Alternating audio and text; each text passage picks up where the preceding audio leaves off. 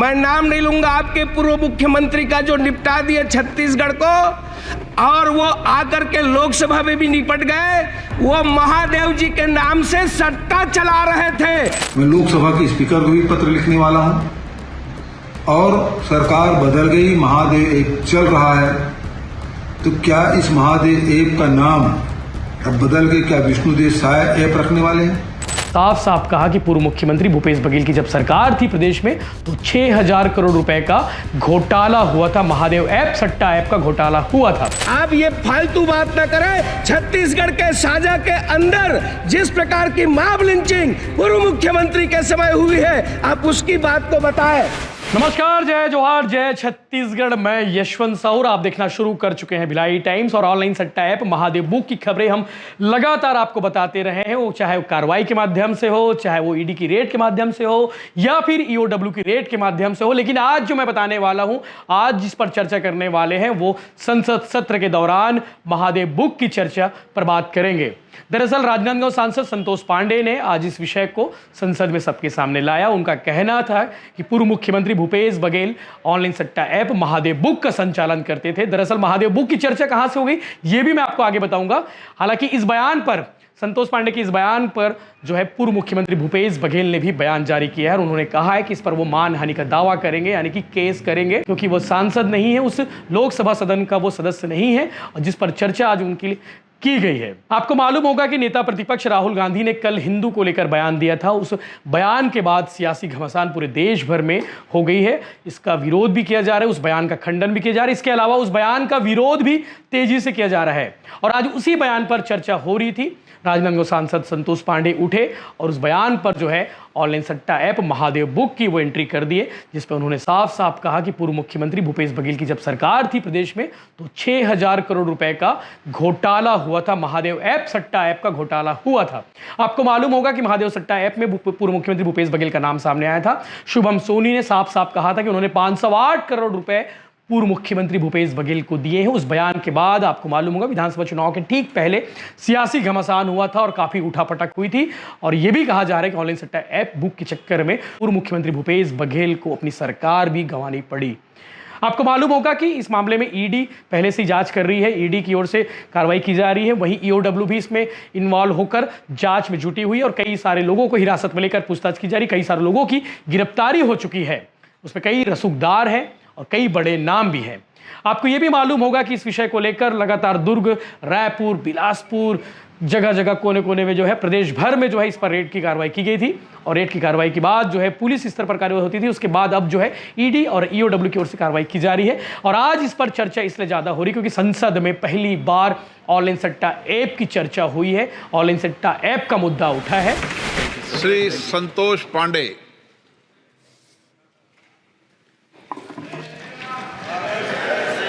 सम्माननीय अध्यक्ष महोदय, मैं आपके प्रति कृतज्ञ हूँ।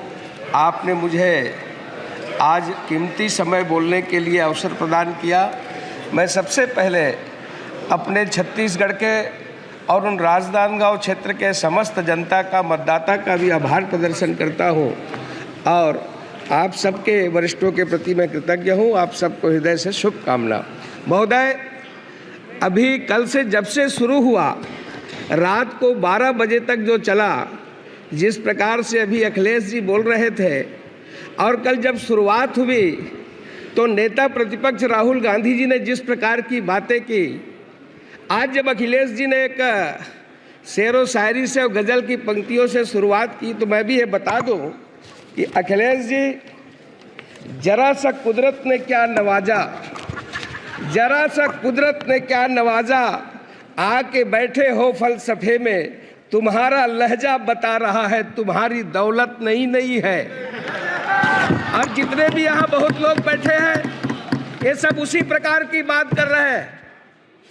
आदरणीय अध्यक्ष महोदय, मैं बताना चाहूंगा, माननीय नेता प्रतिपक्ष कल राहुल गांधी जी बार बार भगवान शंकर का फोटो दिखा रहे थे। वो भगवान भोलेनाथ है, भगवान शंकर है, ये आपकी फितरत में है। आपने छत्तीसगढ़ में, मैं नाम नहीं लूंगा आपके पूर्व मुख्यमंत्री का जो निपटा दिए छत्तीसगढ़ को, और वो आकर के लोकसभा में भी निपट गए। वो महादेव जी के नाम से सट्टा चला रहे थे, जिसे छत्तीसगढ़ की जनता ने निपटा दिया। आपको ध्यान होगा, 6000 करोड़ से ऊपर का सट्टा, जिसका संचालन आपके पूर्व मुख्यमंत्री ने किया। भगवान शंकर को ऐसे आसानी से ना ले और बात में चित्र दिखाने की कोशिश ना करें। राहुल गांधी जी, आपने जो शुरुआत की है, आपने जो जिस प्रकार से हिंदुत्व को लेकर के, हिंदू को लेकर के और भारतीय जनता पार्टी के लोगों को जो आपने जो हिंसक कहा है, मैं आपसे कुछ प्रश्न पूछना चाहता हूं और मैं माननीय अध्यक्ष महोदय जी के सामने इस सदन में रखना चाहता हूं।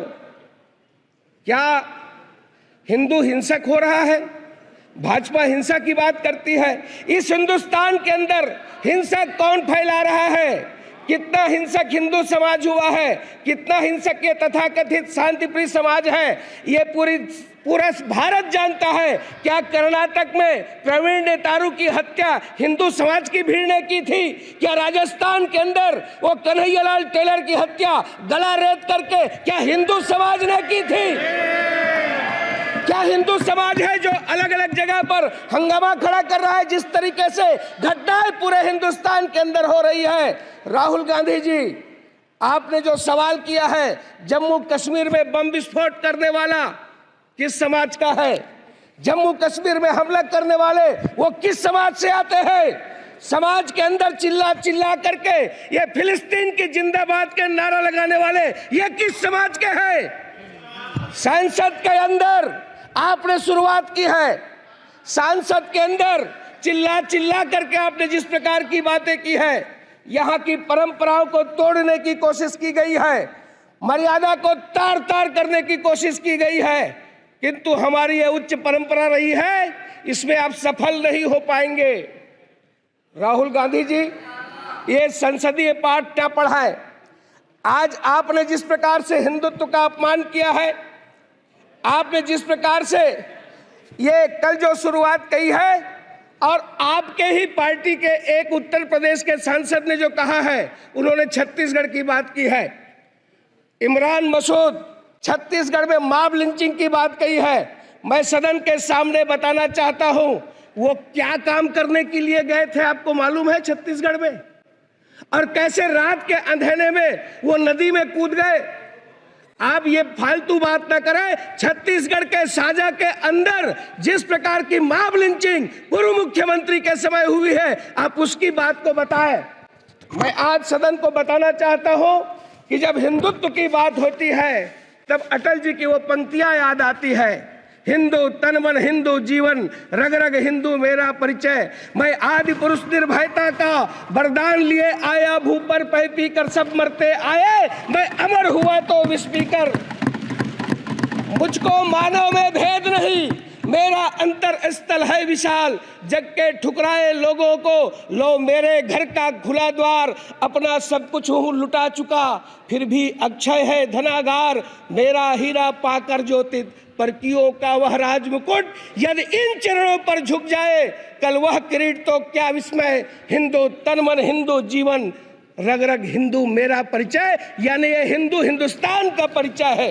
होकर स्वतंत्र कब चाहा है, होकर स्वतंत्र कब चाहा है, मैंने कर लूं जग को गुलाम। मैंने तो सदा सिखाया है करना निज के मन को गुलाम। गोपाल राम के नामों पर मैंने कब अत्याचार किया, कब दुनिया को हिंदू करने घर घर नरसंहार किया। भूभाग नहीं, सत सत मानव की हृदय जीतने का निश्चय। हिंदू तन मन हिंदू जीवन, रग रग हिंदू मेरा परिचय। ये हिंदुत्व है। और आपने हिंदू को, हिंदू समाज को, हिंदुस्तान को आपने बदनाम करने की कोशिश किया है। आदरणीय अध्यक्ष महोदय, पिछले 10 साल में माननीय नरेंद्र मोदी जी, माननीय प्रधानमंत्री जी ने वो काम किए हैं। ये यदि मैं ये कहूं कि मोदी जी है तभी वो मुमकिन है, और वो काम की शुरुआत नहीं बल्कि डिलीवरी हुई है, जिन्हें पूरा करना ही असंभव लगता था। मोदी जी हैं तभी वो गुंजाइश भी अभी भी बनी है। कश्मीर में मोदी जी ने असंभव को संभव कर दिया। ये वो काम है।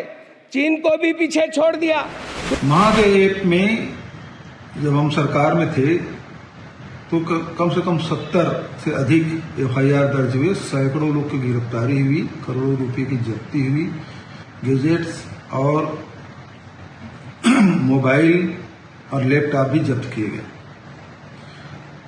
और अभी संसद में राजनांदगांव सांसद संतोष पांडे जी ने आरोप लगाया है कि 6000 करोड़ का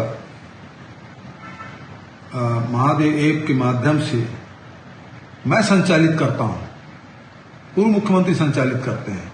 इस प्रकार की बात उन्होंने कही है जो बेबुनियाद है।